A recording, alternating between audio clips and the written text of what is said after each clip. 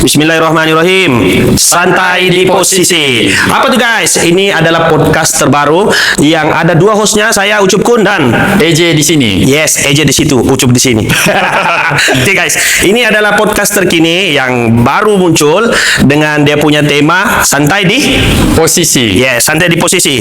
Kenapa namanya santai di posisi? Sebab kita santai dan kita cari orang yang ada posisi. Betul. Jadi kalau kamu rasa mau inspirasi, mau cari idola yang datang daripada berbagai bidang, ini podcastnya. Kita dengar latar belakang orang dan bagaimana perjalanannya. Dalam bidang apa, EJ? Dalam bidang inilah tujuan kita bikin podcast nih untuk kita mau kenalkan orang-orang ada di Borneo nih, usahawan dan pempengaruh. Pempengaruh yang ada di Borneo nih, kita mau interview orang. Iya. Di Malaysia tahu di Borneo ni pun ramai orang yang hebat-hebat. Iya, kita mau dedahkan guys, kita mau tunjukkan sebenarnya di tempat kita ada orang yang berjaya, Betul. ada orang genius, ada orang yang terkenal, ada pemimpin. Betul. Pemimpin boleh kita panggil kah? Boleh juga. Politician pemimpin. pun sekali kita tapau sekali lah. Politician. Politikus lah kan? Politikus. Boleh, itu pun kita panggil. Ahli Boleh politik. kita tapau satu kali. CEO. CEO. Ya. Lagi bagus. CEO. Banyak kita boleh belajar. Kalau macam CEO-nya tidak datang, timbalannya. Timbalannya tidak datang, SU-nya. Tidak boleh. datang, bendahari. Boleh. Semuanya lah. Jadi yang pastinya kalau kita jemput nih kan, sambil-sambil kita boleh belajar dan kamu pun boleh belajar daripada diorang punya kisah kan, macam mana diorang bangunkan diorang punya career. Mungkin bangunkan career, bangunkan empire. Betul. Bangunkan dia punya tim. Betul. Ya, untuk kita semua. Betul. Ya, objektifnya itu adalah kami mau orang-orang yang berjaya pada laluannya nih menjadi inspirasi di luar sana. Betul. Ya, konsep kejayaan itu mungkin definisinya berbeza lah. Bukan tidak semestinya dia belajar secara akademik saja, tidak, berjaya dalam laluannya sendiri. Betul. Ya, kan Mungkin daripada situ kan kita boleh banyak belajar. Kita tengok mungkin kita tengok orang berjaya nih, dia punya apa tuh talent. Tapi ya, bakat.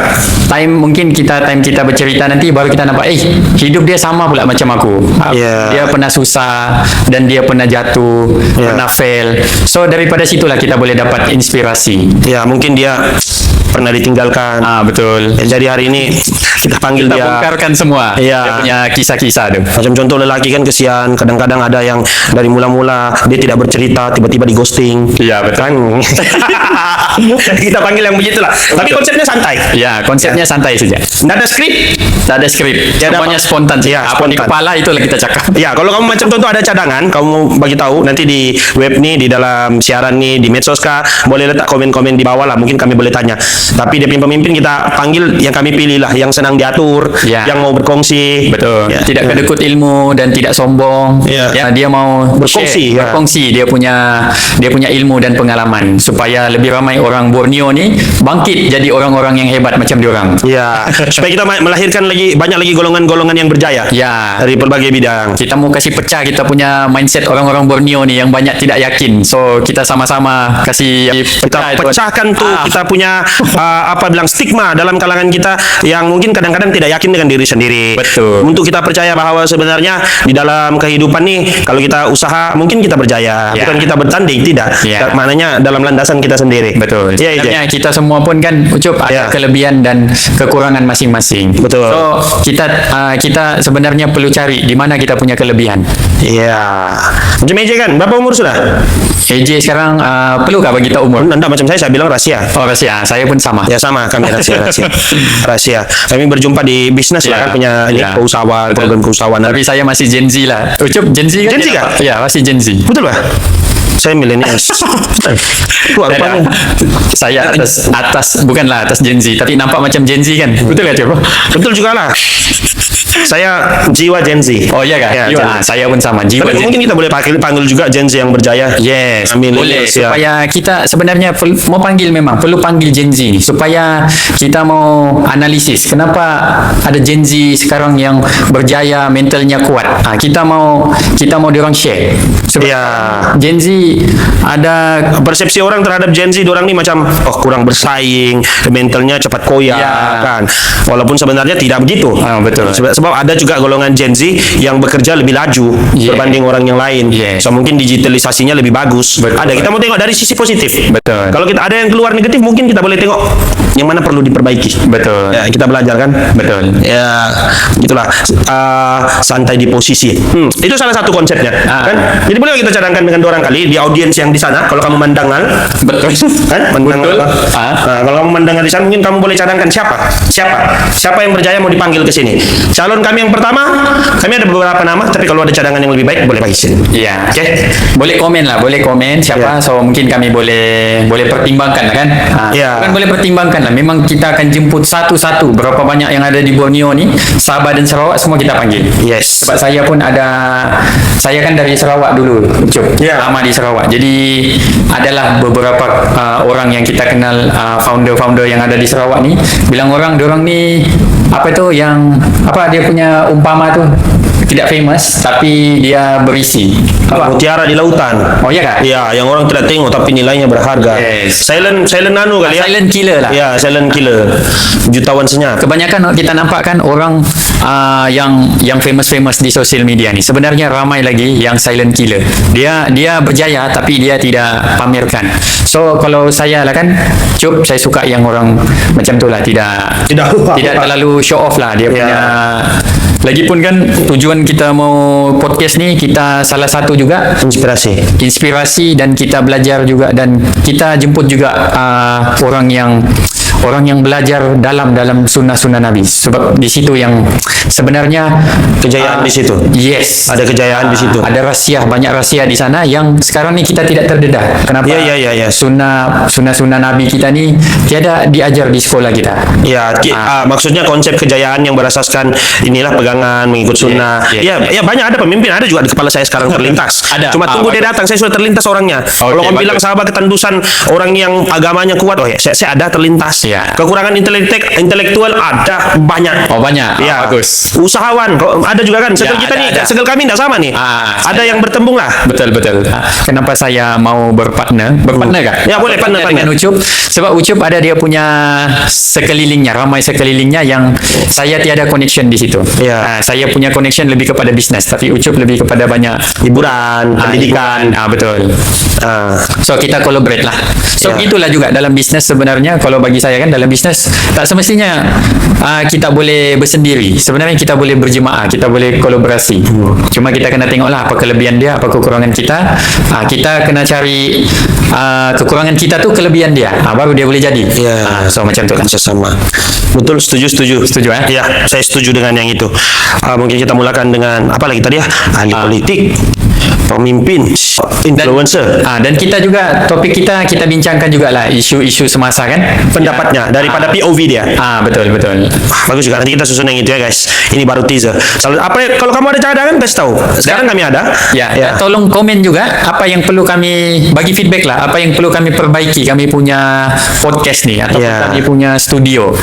Feedback tu bagi saya penting lah. Feedback is gold. Ya. Cuma contoh feedback kamu janganlah kamu minta kami mau hostnya tidak rabun. Ya. Itu tidak boleh diubah. Memang sudah rabun dua-dua. So itu kena terima lah kan. Dari macam contoh kami mau host yang jelek, tidak boleh lah. Macam mana kita sudah lahir begini handsome. Pasal rabun pun kita saya ada mau jemput satu doktor nanti. Doktor optometri. Namanya Doktor Dayang. Dia adalah doktor pakar yang dia ada klinik sendiri lah dekat. InsyaAllah lah saya jemput dia supaya kita bincangkan juga kenapa zaman sekarang ni ramai orang rabun dan rabunnya sentiasa bertambah. Jadi sebenarnya ada perlu yang kita boleh belajar lah supaya kita macam mana kita boleh kontrol supaya rabun ni tidak terlalu banyak. Ya, tulis ya. Kita sebenarnya boleh elakkan. Sebab sekarang kan zaman gadget. Majoriti sekarang keluarga jarang yang tak ada pakai spek. Padahal dulu-dulu ada satu keluarga tu memang tak ada pakai spek. Jadi zaman sekarang dia susah terlalu banyak pakai spek ya. Screen time lah kali ya. Lagi bagi saya kan kalau orang family yang pakai spek ni, dia akan ada satu bebanan juga kepada ibu bapa, betul. Sebab apa?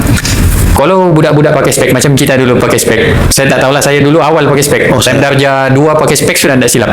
Jadi 1 tahun tak tahu berapa kali tukar spek. Pecah lah, patah lah. Jadi apa dia punya kesan kepada ibu bapa? Ya banyak kos lah. Ya banyak kos. Itu bukan kesan penggunaan spek tuh, itu kesan kenakalan orang pakai spek itu. Iya betul. jadi benda ni kita perlu bagi edukasi lah, saya rasakan kepada ibu bapa supaya dia tahu bagaimana dia boleh kontrol. Ya, Ah. inspirasi juga kan. Inspirasi lah. Itu salah satu cerita pasal dokter pun saya terpikir nih. Ah. Tapi saya belum jumpa orangnya. Kalau ada orang di Sabah, sebab antara penyakit yang umur 40 ke atas nih, paling banyak di Sabah gout. Gaut. Gaut. Itu insya Allah saya ada orang yang pakar di bidang itu, dan saya sendiri pun Gaut. bukan ada gaut. Saya ada knowledge Tentang gout. Oh, saya ada gout. Sebenarnya orang sakit gout nih, kebanyakan kita kan, Ya. dia tidak tahu setiap penyakit tu kita sebenarnya perlu cari punca. Tapi kebanyakan kita pergi obat, kita sakit kepala, kita beli obat Makan sakit obat, ya. kepala. Jadi kenapa dia datang lagi sebab kita rawat dia punya simptom. Tapi orang tidak rawat dia punya punca. So di sini best. Saya rasa nanti kita jemput orang tu. Tapi saya tak confirm lah dia boleh datang sebab apa? Ada orang dia pakar. Tapi Tidak ada masalah. Tak boleh menjelaskan. Tak boleh menjelaskan. Ya. Macam mana Cuk pendapat kamu? Ya, setuju. Itu pun salah satu juga. Contoh kita mau tengok juga pemimpin yang boleh berkomunikasi. Ya. Macam di bidang akademik banyak orang pandai, tapi bukan semua orang pandai menyampaikan. Betul. Ada orang dia bersifat intrapersonal, dia dirinya saja. Ada orang yang memang benda yang dia tahu tuh sekadar ada di situ, tapi sebab kemahiran interpersonalnya dia boleh sampai ke orang Betul. dengan keadaan yang mudah. Betul. Ya, itu salah satu lah. Satu lagi saya pernah dapat satu daripada saya punya ex coach dulu waktu di U main bola. Saya punya coach, dia ada hubungi 2 bulan lalu kan, dia tanya, "Cuk, bolehkah kamu buat podcast panggil satu orang pakar sainsukan?" Sebab dia cakap sekarang nih trennya yang main bola, budak-budak banyak main bola juga, remaja pun banyak, tapi sebenarnya banyak tournament veteran. Dan penganjuran sukan veteran bola sepak ini kan, dia buat macam sama juga tournament lain pagi sampai petang, sedangkan kapasiti physical orang veteran tidak sama. Betul. So sebenarnya banyak kemalangan, termasuk kemalangan jiwa. Alamak. Orang yang main bola nih, yang veteran. Serius banyak. 1 tahun 3-4 kali saya dengar. Kawan-kawan kadang-kadang mana sudah dia pingsan di padang, pergi terus. Ini yang saya rasa prevent, kita mau cari solusi berdasarkan inspirasi orang yang pakar. Betul. Sebenarnya ini yang sebenarnya kan Cuk. Okey, nanti kita tunggulah. Sebab benda ni yang saya rasa best. Saya harap lebih ramai orang tahu kenapa zaman sekarang tu banyak orang meninggal tiba-tiba. Ya, Bukan meninggal tiba-tiba. Sebenarnya inilah salah satu ada kaitan dengan sunnah juga. Sebab yang saya faham sedikit lah. Ya. Kita punya aliran darah ni tidak lancar. Jadi itu yang menyebabkan kalau dia tidak lancar kan, tiba-tiba satu kali dia blok sudah, itu yang orang satu kali jalan. Sebab dia punya saluran udara tu tidak boleh jalan sudah sampai biru. Pernah kalau selalunya orang jalan gitu dia akan biru tu. Iya. Sebab itulah saluran darah tu sumbat. So inilah yang saya tahu sedikit. Dia punya solusi paling bagus adalah bekam. Ya, salah satu. Kalau kita tak pernah bekam, dia umpama macam kereta, kita lama tak maintenance, apa jadi dengan kereta tu? Minyak tu pekat kan? Ya. So begitu dah juga umpama kita punya badan. Yang saya belajar daripada orang perubatan tradisional ni lah. Sangat, saya kan Cuk, semenjak saya selalu berubat dengan dulu kan, lama sudah saya berubat. Jarang saya pergi hospital. Sebab Alhamdulillah. dia buka saya punya mindset. Kenapa dulu-dulu? Kenapa orang dulu-dulu tak ada pun pakai ubat hospital, dia orang menggunakan herba saja. Ya. Betul juga kan? Betul juga. Sebenarnya dia cakap kita ni kita daripada tanah, dan kita perlu rawatan tu juga daripada tanah sebenarnya. Tapi kita sekarang ni banyak bergantung dengan ubat bahan apa? Ya, kimia. Yes. Ya. So kimia dia punya sifat, dia bilang hanya apa tu, meredakan, bukan menyembuhkan. Itu beza dia. So inilah saya rasa topik Kita panggil pakar-pakarnya. Ya, kita panggil pakarnya untuk kita rungkai lah kan. Ya. Dalam bidang hiburan mungkin kita boleh panggil MC berjaya. Ya. Ada banyak. Kalau ada cadangan bagi tahu lah. Kan? Tapi paling saya suka lah Cuk, Ya. penyakit lah. So sekarang ni banyak jenis penyakit lah. Muda-muda sudah banyak penyakit. Jadi Lain lagi kesihatan mental. itu yang mental tu lah yang paling bahaya lah. Topik tu best juga lah saya rasa kalau kita bahas kan. Ya, saya terpikir sudah ada lagi yang terpikir boleh panggil Presiden MBS. So kita satu orang tu kita tanya-tanya sih, tapi kita tidak provok lah. So kita mau tengok sisi positif sih ni. So soalannya mesti yang positif. Boleh lah yang negatif. Kalau dia boleh jelaskan bagaimana jadi inspirasi, tapi benda yang negatif kita cerita boleh lah kali. Ya. Boleh. Pemimpin MBS sama Presiden MBS kan pengarah-pengarah semua. Sebab macam mana bukan orang tiba-tiba sampai di situ. Betul. Perjalanannya macam mana? Betul. Itu saya suka juga lah. Sebab saya suka banyak benda saya boleh belajar dan kita boleh belajar. Kalau kita ambil peluang lah kan. Ya. So kita tunggu ya guys, ahli politik yang mana kamu panggil. Ini guys tidak kisah ya, dari mana-mana bendera kita terima ya. Betul. Kita terima. tidak berpihak mana-mana. Ya. Kita adalah Neutral ya. betul. Kami non partisan, tidak memihak mana-mana. Betul. So siapa yang datang dialah. Betul. Oke guys, jangan lupa subscribe ke YouTube, jangan lupa follow Santai di Posisi. Ini dan saya TikTok Ucup Kun. Ya, UCUPKUN. Kalau enggak keluar mana saya sudah blok kita tuh. Oh iya. Ada case lah tuh. Tidak, saya tidak blok orang. Kecuali kalau yang negatif saya blok dia lah. Oh, Ya. padahal kita tidak mau lah. Kalau ada negatif nih kita tak mau juga. Ya. Kita elakkan kan. Kita elakkan. Dia keep positif karena kalau kita mau ingat tentang inspirasi, kita kena ingat tentang santai. Di posisi. Santai di posisi. Coba lagi guys. Sanirannya kamsahamnida. Cukup pun loh. Nah, gitu lah po. Kita udah boleh.